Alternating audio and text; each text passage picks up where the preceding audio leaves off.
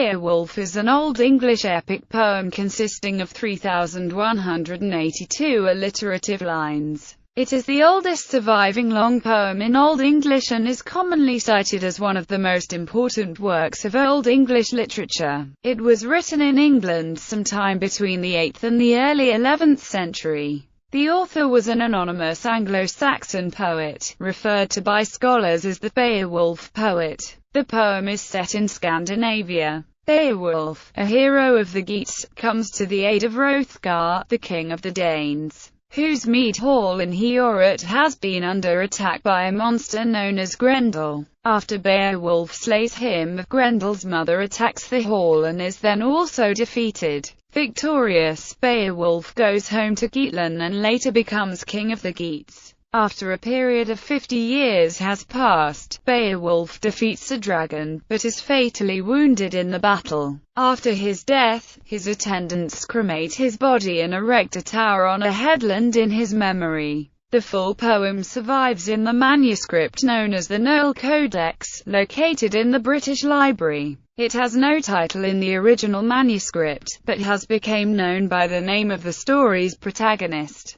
In 1731, the manuscript was badly damaged by a fire that swept through Ashburnham House in London that had a collection of medieval manuscripts assembled by Sir Robert Bruce Cotton. Historical background: the events in the poem take place in the late 5th century CE, after the Anglo-Saxons had started their journey to England, and before the beginning of the 7th century. A time when the Anglo-Saxon people were either newly arrived or still in close contact with their Germanic kinsmen in northern Germany. The poem may have been brought to England by people of Geatish origins. It has been suggested that Beowulf was first composed in the 7th century at Rendlesham in East Anglia, as the Sutton whose ship burial also shows close connections with Scandinavia, and also that the East Anglian royal dynasty, the Wathings, may have been descendants of Geatish Wulfings. Others have associated this poem with the court of King Alfred, or with the court of King Cnut. The poem deals with legends, was composed for entertainment, and does not separate between fictional elements and real historic events, such as the raid by King Hygelac into Frisia. Scholars generally agree that many of the personalities of Beowulf also appear in Scandinavian sources. This does not only concern people, but also clans and some of the events. The dating of the events in the poem has been confirmed by archaeological excavations of the barrows indicated by Snorre Sturluson and by Swedish tradition as the graves of Othere and his son Eagles in Upperland, Sweden. In Denmark, recent archaeological excavations at Ledra, where Scandinavian tradition located the seat of the Sildings, i.e., Heorot,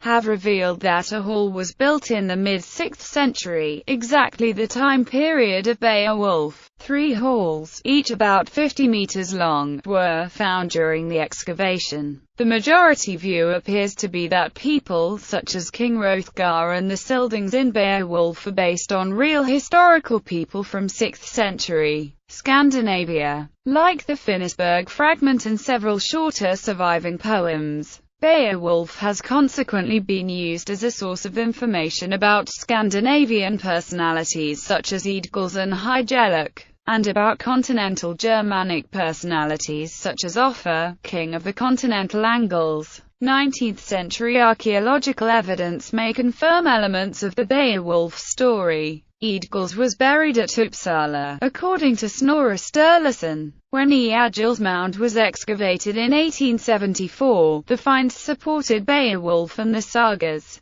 They showed that a powerful man was buried in a large barrow, c. 575, on a bear skin with 2 dogs and rich grave offerings. These remains include a Frankish sword adorned with gold and garnets and a TAFL game with Roman pawns of ivory. He was dressed in a costly suit made of Frankish cloth with golden threads, and he wore a belt with a costly buckle. There were 4 cameos from the Middle East which were probably part of a casket. This would have been a burial fitting a king who was famous for his wealth in Old Norse sources. Ongentheo's barrow has not been excavated. Summary. The main protagonist, Beowulf, a hero of the Geats, comes to the aid of Hrothgar, the king of the Danes, whose great hall, Heorot, is plagued by the monster Grendel. Beowulf kills Grendel with his bare hands and Grendel's mother with a giant sword that he found in her lair. Later in his life, Beowulf becomes himself king of the Geats, and finds his realm terrorized by a dragon, some of whose treasure had been stolen from his hoard in a burial mound. He attacks the dragon with the help of his thanes or servants, but they do not succeed.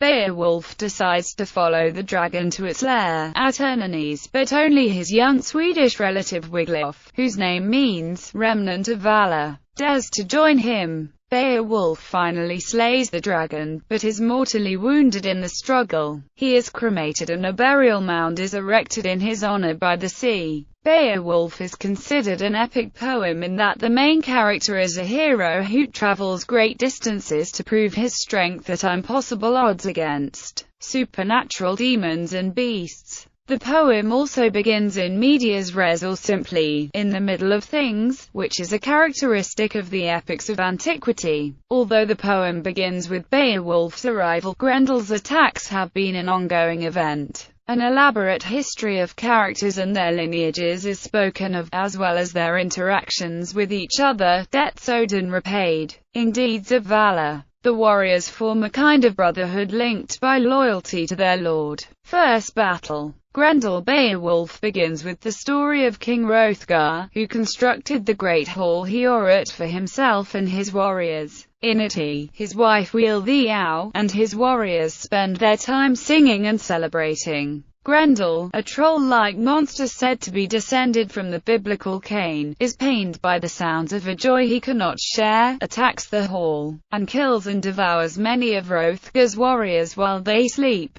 Hrothgar and his people, helpless against Grendel, abandon Heorot. Beowulf, a young warrior from Geatland, hears of Hrothgar's troubles and with his king's permission leaves his homeland to assist Hrothgar. Beowulf and his men spend the night in Heorot. Beowulf refuses to use any weapon because he holds himself to be the equal of Grendel. When Grendel enters the hall, Beowulf, who has been feigning sleep, leaps up to clench Grendel's hand. Grendel and Beowulf battle each other violently. Beowulf's retainers draw their swords and rush to his aid, but their blades cannot pierce Grendel's skin. Finally, Beowulf tears Grendel's arm from his body at the shoulder and Grendel runs to his home in the marshes where he dies. Second battle. Grendel's mother. The next night, after celebrating Grendel's defeat, Hrothgar and his men sleep in Heorot. Grendel's mother, angry that her son has been killed, sets out to get revenge. She violently kills Aoiseach, who is Hrothgar's most loyal fighter. Hrothgar, Beowulf and the men track Grendel's mother to her lair under a lake. Unferth, a warrior who had doubted him and wishes to make amends, presents Beowulf with his sword Runting, after stipulating a number of conditions to Hrothgar in case of his death.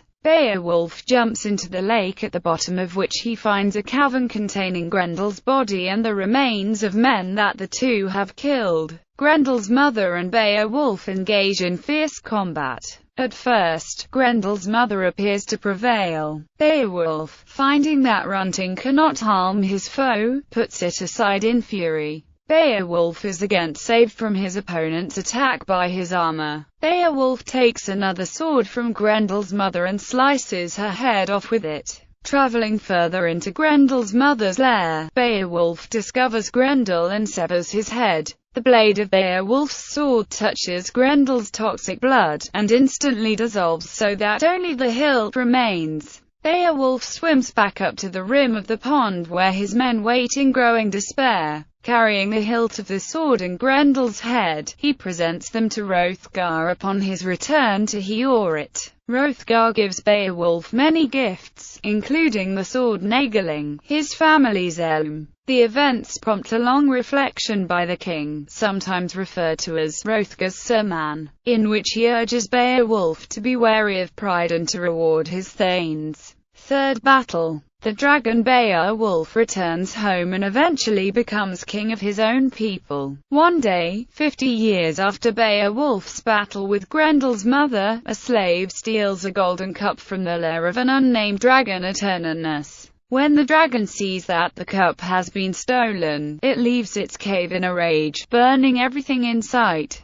Beowulf and his warriors come to fight the dragon, but Beowulf tells his men that he will fight the dragon alone and that they should wait on the barrow. Beowulf descends to do battle with the dragon but finds himself outmatched. His men, upon seeing this and fearing for their lives, creep back into the woods. One of his men, however, Wiglaf, who finds great distress in seeing Beowulf's plight, comes to Beowulf's aid. The two slay the dragon, but Beowulf is mortally wounded. After Beowulf's death, he is ritually burned on a great pyre in Geatland while his people wail and mourn him. Afterwards, a barrow, visible from the sea, is built in his memory. Authorship and date. Beowulf was written in England, but is set in Scandinavia. Its dating has attracted considerable scholarly attention. The poem has been dated to between the 8th and the early 11th centuries, with some recent scholarship offering what one reviewer called a cohesive and compelling case for Beowulf's early composition. However, opinion differs as to whether the composition of the poem is nearly contemporary with its transcription, whether it was first written in the 8th century, or if the poem was perhaps composed at an even earlier time and orally transmitted for many years, then transcribed at a later date. Albert Lord felt strongly that the manuscript represents the transcription of a performance, though likely taken at more than one sitting. J.R.R. Tolkien believed that the poem retains too genuine a memory of Anglo-Saxon paganism to have been composed more than a few generations after the completion of the Christianization of England around AD 700. And Tolkien's conviction that the poem dates to the 8th century has been defended by Tom Shippey, among others. The claim to an 11th century date is due in part to scholars who argue that, rather than the transcription of a tale from the oral tradition by an earlier literate monk, Beowulf reflects an original interpretation of the story by the manuscript's two scribes. The poem begins with a tribute to the royal line of Danish kings, but is written in the dominant literary dialect of Anglo-Saxon England, which for some scholars points to the 11th century reign of Cnut as the most likely time of the poem's creation. On the other hand, some scholars argue that linguistic, paleographical, metrical, and onomastic considerations align to support a date of composition in the first half of the 8th century. In particular, the poem's regular observation of etymological length distinctions has been thought to demonstrate a date of composition in the first half of the 8th century. However, scholars disagree about whether the metrical phenomena described by Calus's law reflect an early date of composition or correspond to a longer prehistory of the Beowulf meter. Br.